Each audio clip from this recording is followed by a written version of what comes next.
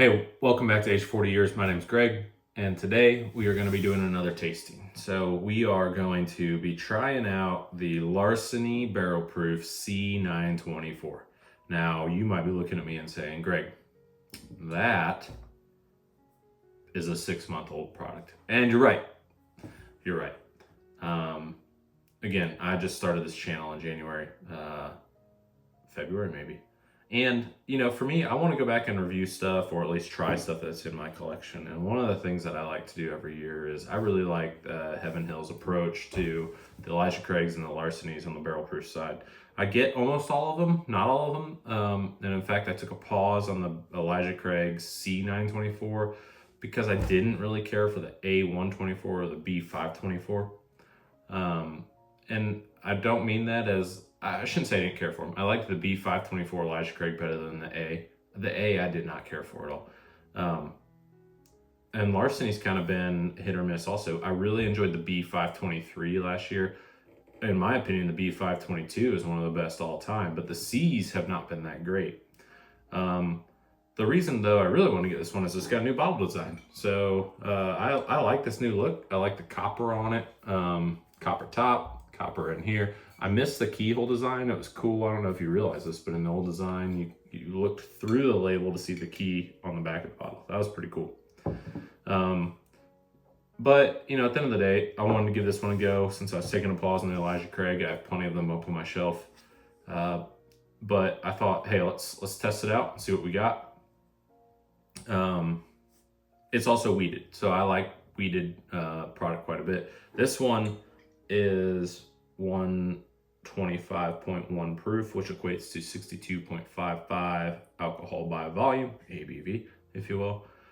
And I have this in my glass that my friend Phil gave me. This actually used to be his dad's glass. It has a lot of sentimental value to me. And shout out to Dr. Phil. But it's been sitting here for about 10 minutes. So let's go ahead and nose this bad boy.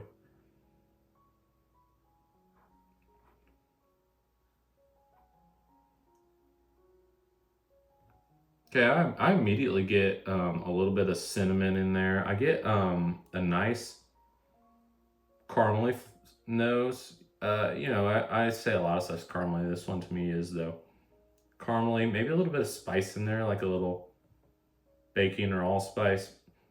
I don't think it's got like rye spice in it, but it's sweet. I mean, it is a sweet nose.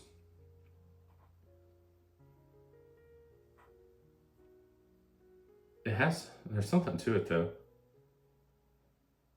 I can't quite pick out.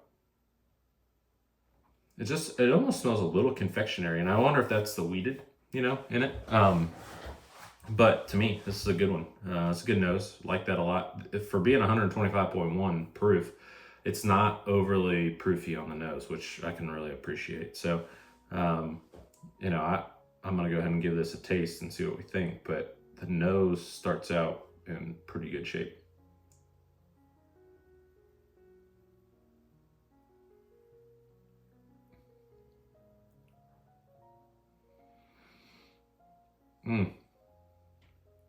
Okay, I immediately get some char, some barrel to it. And then that just melds right into a caramely, like a toasted caramel.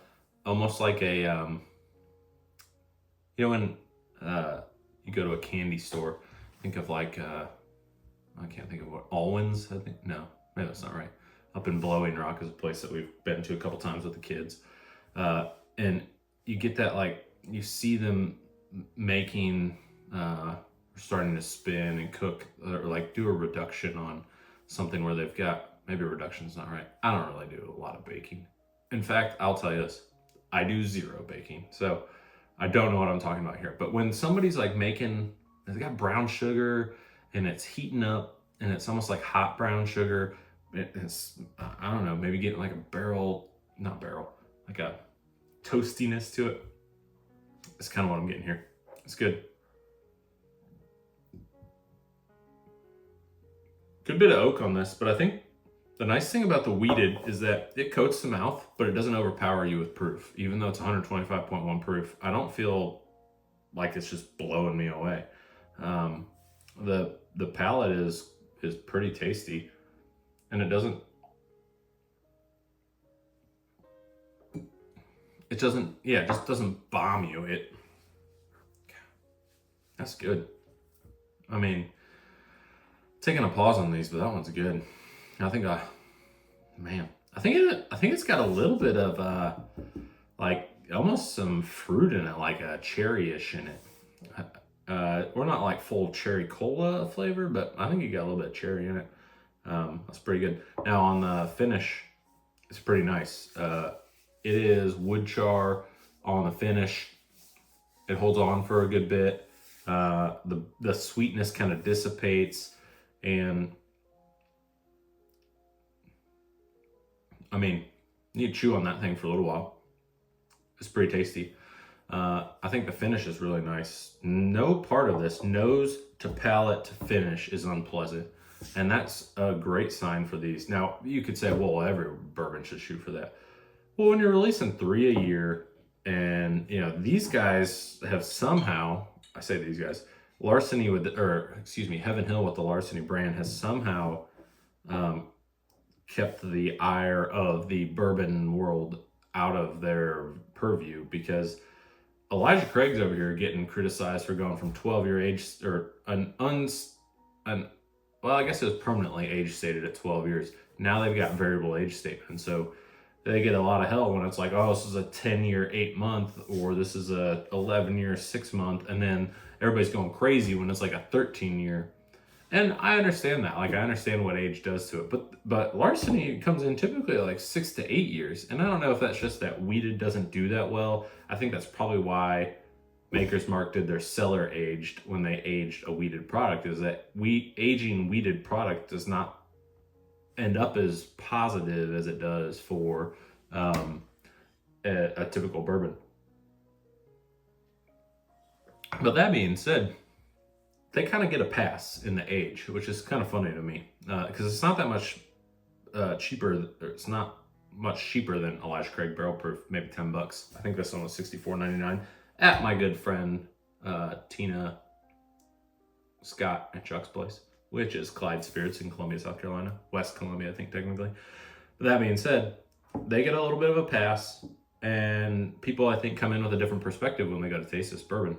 So, for me, I have clearly had some of this, but I wanted to go back and taste something in my collection. This is a buy it, and this is a back it up at this price point. I think it's one of the better. Do I think it's better than the B522? I don't know. I'll have to look and see if I still have some of that left that I could try against it. I don't know that it could pass that. Do I think it deserves every bit of the Larceny Barrel Proof label? Absolutely. Do I think it's a great bourbon to introduce the new look? 100%. So, my suggestion is, if you find it, buy it. If you find another one, back it up. What's interesting is, like, Fred Minnick had it in his top 10. And usually that means stuff gets cleared out. Top 10 means like, okay, everybody buy it and let's go crazy. Well, I can still buy this today. I mean, I can go out and buy it right now. Clyde's has it in store. And that's crazy to me for how good that is and how high Fred ranked it. I think it's a great representation of the Larceny Barrel Proof. My suggestion is buy it, buy a second, hold it, enjoy it. Don't try and hold it to resell it, because it's not going to be not going to be worth a whole bunch. But buy it and continue to drink it and enjoy it for a long time. The other thing is, of course, always like and subscribe. I'm supposed to do this at the beginning of the video. I don't remember when to do it, but always like and subscribe. How about we'll do it in a video? But most importantly, please drink responsibly. I cannot articulate that strongly enough. I have friends that have been in accidents from related to alcohol. I'm at my house right now. I will not be going anywhere until tomorrow. I would encourage you to please drink responsibly, and comment on this video if you have any information or thoughts on how we can do something differently. With that, cheers.